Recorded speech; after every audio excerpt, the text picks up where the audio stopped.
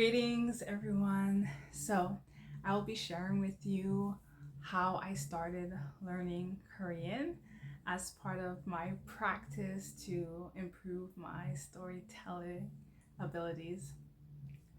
Now, it was around November 2022 when I was sitting down on the floor next to my bed and I was listening to Love Like That by Sam Kim.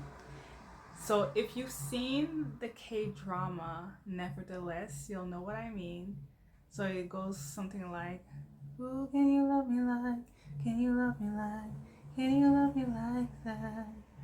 Ooh, can you love me like, can you love me like, can you love me like that?" Okay, I tried my best. And around that time, I was also at my lowest point. I have never felt this low in my life. I could not even recognize myself in during that time. So I was listening to the music and I was like, wow, it was feeling really delightful. I was enjoying it, and I was thinking about how the Korean language is so beautiful. And I was also thinking about the artist's creativity because I admire Korean artists and how their creativity actually awakened mind. I was watching a lot of music videos. I listened to a lot of the hip hop R&B, and once I was getting familiar with that, I started getting into alternative rock, gugak, and some pensorio as well. And I was like, wow, you know what? I really want to get back to my creativity because I haven't been creative for a long time. Ever since I started freelancing, I was really just focused on, how to build a business, the marketing, the sales, the back end of your business, and all those stuff that I had forgotten, that I had put to the side, the things that I loved to do for myself as a creative aspect for myself. And so I was like, okay, well, what do I want to do? Do I want to get back to writing poetry again? I'm like, not really, not right now. I don't want to do that.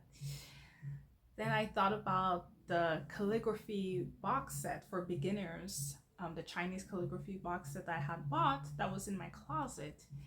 That was in my closet for quite some time now. I'm like, wait, maybe it's time for me to start doing that. I'm like, no, I'm not really in the mood for that either.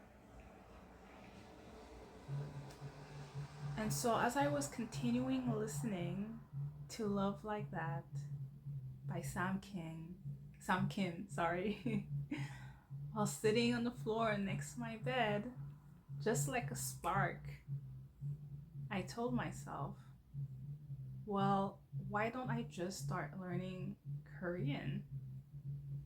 Okay, that's what I'm gonna do. I'm going to start learning Korean, and that's going to be my hobby.